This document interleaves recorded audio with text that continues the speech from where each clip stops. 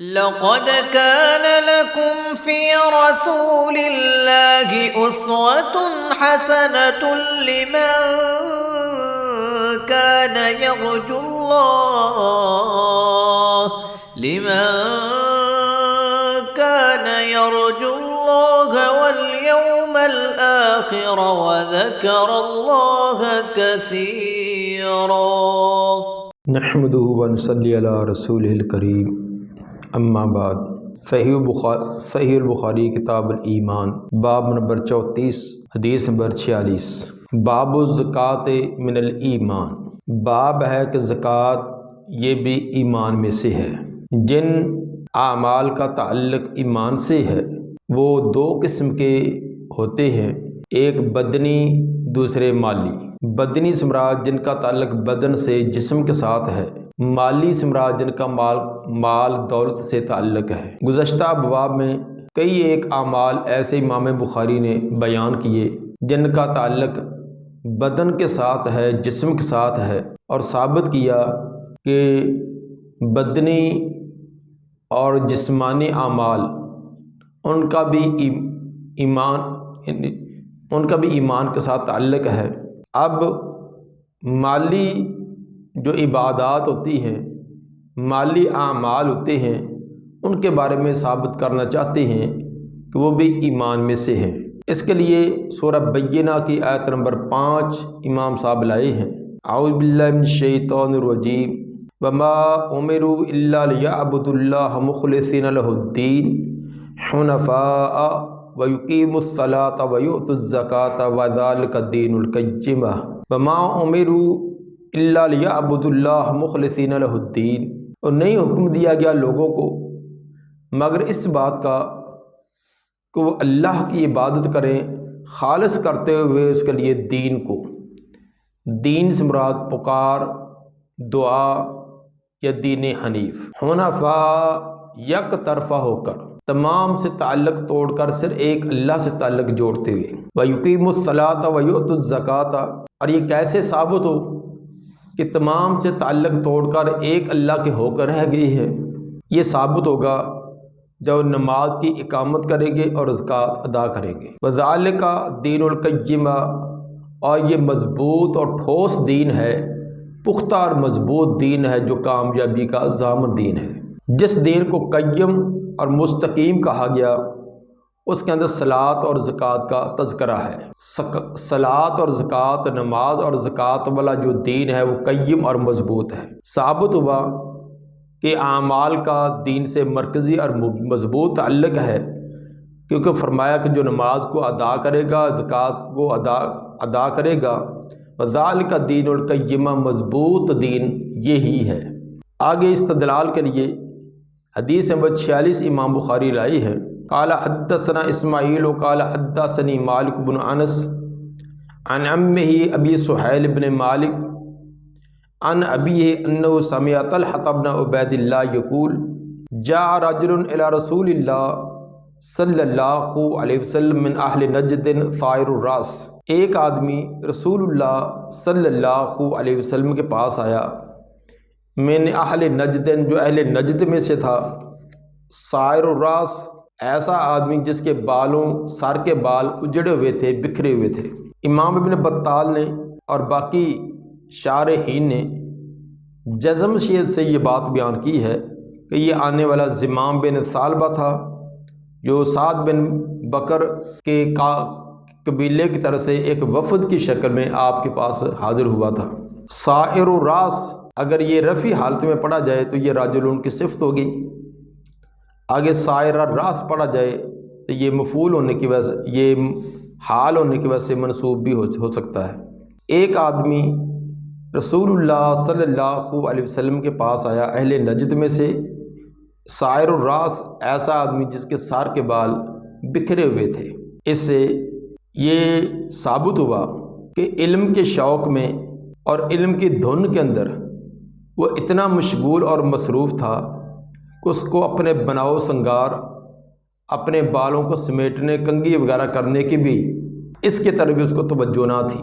اس سے ایک طالب علم کا علم کی طرف متوجہ ہونا یہ اشارہ ملتا ہے کہ علم حاصل کرنے والا اگر وہ بناؤ سنگار میں اپنے ستھرائی اور صفائی کے اندر ہی تمام کا تمام وقت لگا دے تو پھر وہ علم کو کما حق کو حاصل نہیں کر سکتا۔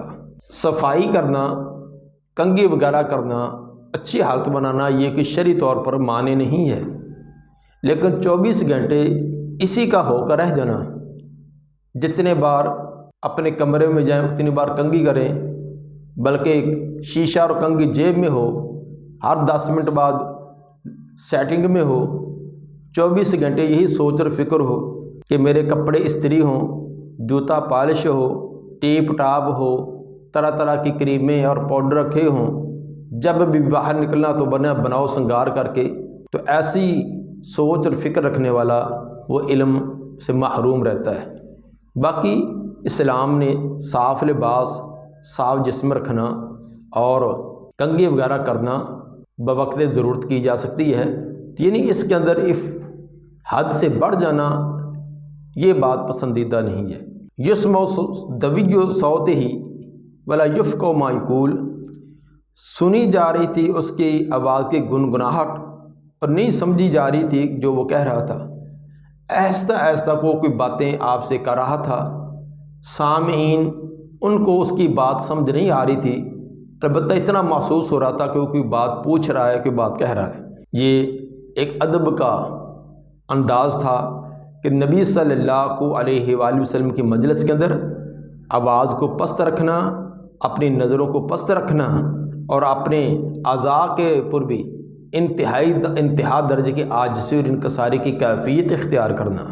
استاد کے سامنے ایک طالب علم کو اسی طرح مؤدب انداز کے اندر بڑے اپنے آپ کو عاجز اور انکساری کے ساتھ پیش کرنا چاہیے، ایک متکبرانہ انداز میں اور بازاری آدمیوں کی طرح اونچی اونچی قہقہے لگاتے ہوئے، آوازیں کستے ہوئے یا کھردرے انداز کے اندر استاد سے سوال کرنا، بات کرنا یہ مناسب نہیں ہے۔ یسمع دوی صوت ہی، سنی جا رہی تھی اس کی آواز کی گنگناہٹ، ولا یفقہ ما یقول، نہیں سمجھا جا رہا تھا جو کچھ وہ کہہ رہا تھا۔ حتی دنا، یہاں تک وہ قریب ہو گیا، کرتے کرتے ایسا تھا وہ آپ کے قریب ہو گیا۔ فیضا ہوا یسأل عن الاسلام، تو اچانک وہ سوال کر رہا تھا اسلام کے بارے میں۔ جب تھوڑی سی ہم نے بھی توجہ کی، وہ بھی قریب ہوا، تو سمجھ آنی شروع ہو گئی کہ وہ سوال کر رہا ہے اسلام کے بارے میں۔ عن الاسلام سے مراد عن شرائع الاسلام، اسلام کے احکام اور مسائل کے بارے میں سوال کر رہا تھا۔ فقال رسول اللہ صلی اللہ علیہ وسلم 5 صلوات فی الیوم واللیلہ، آپ صلی اللہ علیہ وآلہ وسلم نے فرمایا کہ 5 نمازیں ہیں دن اور رات میں، دن رات کے اندر 5 نمازیں۔ اس سے پہلے شہادتین کا تذکرہ نہیں ہے کہ آپ نے شہادتین کا بھی تذکرہ کیا ہو، یا تو اس کی وجہ یہ ہے کہ وہ شہادتین کا قائل اور فاعل تھا، وہ مزید احکام پوچھنا چاہتا تھا، اور یہ بھی ممکن ہے کہ راوی نے اختصار کرتے ہوئے یہاں حذف کر دیا ہے، اور زیادہ راجح بات یہی ہے کیونکہ حدیث نمبر 1891 کے اندر یہ روایت آئی ہے، اس کے اندر اس بات کی وضاحت ہے کہ وہ ان چیزوں کا واقف تھا، شہادتین کا واقف تھا، تو اس لیے آپ نے ذکر نہیں کیا۔ اور ویسے یہ روایت 3 جگہ اور بھی امام صاحب لائے ہیں، اور بعض جگہ شہادتین کا تذکرہ بھی ہے۔ 5 صلوات فی الیوم واللیلہ، 5 نمازیں رات اور دن میں۔ فقال هل علی غیرہا، کیا میرے ذمے اس کے علاوہ کوئی اور بھی ہے؟ یہ صرف 5 ہی نمازیں ہیں یا اور بھی؟ قال لا الا ان تطوع، آپ نے فرمایا کہ نہیں، ان 5 کے علاوہ اور اللہ کی طرف سے لازم نہیں، الا یہ کہ تم اپنی خوشی سے کرے، کوئی نفل و نوافل اپنی طرف سے ادا کرے۔ اس سے بعض اہل علم نے یہ بات ثابت کی ہے کہ فرض نماز صرف 5 ہیں، ان 5 کے علاوہ جتنی بھی ہے وہ تمام تطوع، تمام کے اندر تمام نوافل ہیں، حتیٰ کہ صبح کی سنتیں اور وطر بھی، وہ بھی فرائض میں نہیں آتے، کیونکہ آپ نے 5 نمازوں کو فرض قرار دیا ہے اور ان کے علاوہ باقی تمام کو نوافل کہا ہے۔ سنت اور نوافل ایک ہی چیز ہے، جو سنتیں ہوتی ہیں وہ بھی نوافل ہیں، تو چونکہ وہ نوافل نبی صلی اللہ علیہ وآلہ وسلم نے ادا کیے ہیں، اس لیے ان کو سنت کہا جاتا ہے۔ جن ایک نماز فرض ہوتی ہے، ایک تطوع ہے۔ تطوع کا معنی ہوتا ہے جو انسان اپنی خوشی سے کرے، اللہ کی طرف سے لازم نہیں۔ اگر وہ نبی صلی اللہ علیہ وآلہ وسلم نے ادا کی ہے پھر ان کا نام سنت ہے، اور اگر آپ نے اس پر دوام کیا ہے اور اس کی تاکید کی ہے اس کو سنت مؤکدہ کہا جاتا ہے۔ اگر کبھی ادا کیے کبھی ادا نہیں کی تو ان کو سنت غیر مؤکدہ۔ اور جو ان کے علاوہ ہیں اپنے انسان کو خوشی پر چھوڑ دیے گئے تو اس کو نوافل کا نام دیا جاتا ہے۔ قال رسول اللہ صلی اللہ علیہ وسلم وصیام رمضان، دوسری بات یہ بیان کی اسلام کے احکام اور مسائل میں سے رمضان کے روزے۔ قال حل علی غیرہ، سائل نے سوال کیا کہ میرے ذمے اس کے علاوہ رمضان کے روزوں کے علاوہ کہ اور روزے بھی ہیں؟ قال لا الا ان تطوع، آپ نے فرمایا کہ اس کے علاوہ کوئی فرض نہیں الا یہ کہ تم اپنی خوشی سے کرے۔ تو ثابت ہوا کہ رمضان کے علاوہ جو روزے ہیں وہ تمام کے تمام تطوع میں آئیں گے، الا یہ کہ انسان نے خود اپنے آپ پر لازم کیے ہوں، جیسے نظر کا روزہ ہے، نظر مانی ہے، کوئی کفارہ ہے اس کا ہے، تو یہ انسان نے اس کے اندر بھی اصل کے اندر انسان کا اپنا ہی دخل ہوتا ہے، اللہ کی طرف سے نہیں تھا، اس نے نظر مانی خود اپنے آپ پر لازم کی ہے۔ تو شاید کسی کے ذہن میں آئے کہ جو انسان نے نظر مانی ہوتی ہے وہ بھی تو لازم ہوتا نا، یہ لازم اللہ نے نہیں کیا، یہ انسان نے خود اپنے آپ پر لازم کیا ہے۔ قال وذکر له رسول اللہ صلی اللہ علیہ وسلم الزکوۃ، راوی بیان کرتے ہیں کہ آپ نے اس کے لیے زکوٰۃ کا بھی تذکرہ کیا، یعنی تجھ پر زکوٰۃ بھی فرض ہے۔ اس کی فرضیت کی پوری تفصیل دوسری روایات میں آئی ہے کہ کیسا مال ہو، کتنا عرصہ گزرے، اس میں سے کتنا حصہ آئے گا، یہ تمام کتاب و زکوٰۃ میں باتیں آئیں گی۔ قال حل علی غیرھا، سائل نے سوال کیا اس کے علاوہ کوئی اور؟ قال لا الا ان تطوع، الا یہ کہ آپ خوشی سے کریں۔ قال فادبر الرجل وهو یقول، اب اس میں حج کا تذکرہ نہیں ہے تو اس میں بھی یا تو یہ اختصار کرتے ہوئے راوی نے حذف کر دیا ہے، اور وہاں نے یہ بھی وجہ بیان کی کہ اس وقت حج اب بھی فرض نہیں تھا، لیکن زیادہ راجح بات یہی ہے کہ حج کا تذکرہ بھی کیا ہوگا کیونکہ یہ واقعہ جو ہے یہ کافی بعد کا ہے، تو اس کے اندر راوی نے اختصار کرتے ہوئے حذف کر دیا ہے۔ قال فادبر الرجل، راوی بیان کرتے ہیں کہ وہ آدمی جانے لگا، ادبرا پیٹھ دے کر رخ دوسری طرف کر کے جانا، وهو یقول، اور وہ یہ کہتا جا رہا تھا، واللہ لا ازید علی ھذا ولا انقص، واللہ اللہ کی قسم نہ میں زیادہ کروں گا اس سے اور نہ کم کروں گا، جو کچھ آپ نے بیان کر دیا بس اتنا ہی کروں گا، نہ اس میں اضافہ کروں گا نہ کمی کروں گا۔ قال رسول اللہ صلی اللہ علیہ وسلم افلح ان صدق،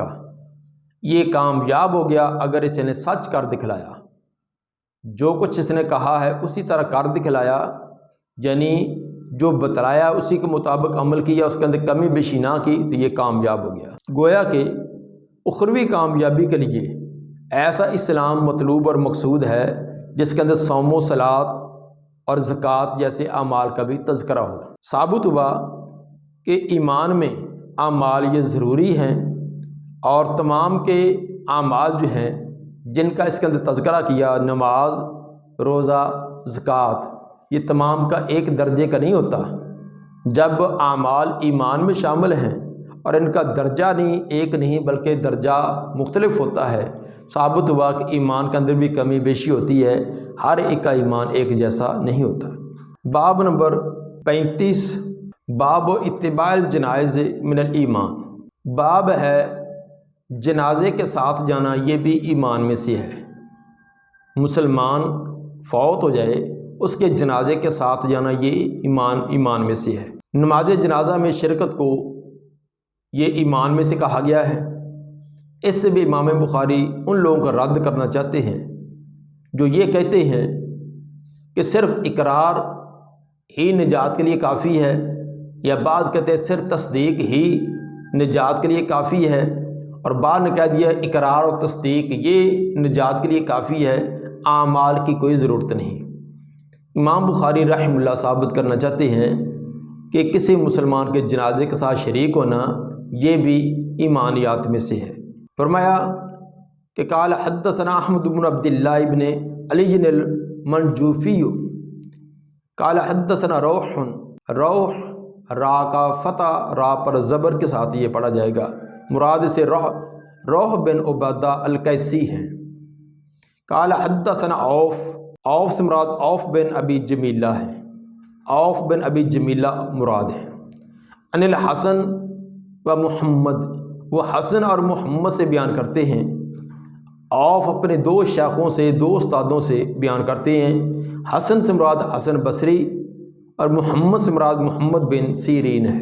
ان ابی ہریرہ ان رسول اللہ صلی اللہ علیہ وسلم قال من اتبع جنازۃ مسلم، جو پیروی کرے، جو ساتھ جائے مسلمان کے جنازے کے، مسلمان کا جنازہ ہو کسی غیر مسلم کا نہیں، ایمان و احتسابا، ایمان کی حالت میں اور ثواب کی نیت سے، ایمان بھی ہو، صحیح ایمان مطلوب ہے، کیونکہ اگر ایمان نہیں ہے کوئی بھی عمل جو ہے آخرت میں فائدہ نہیں دے گا۔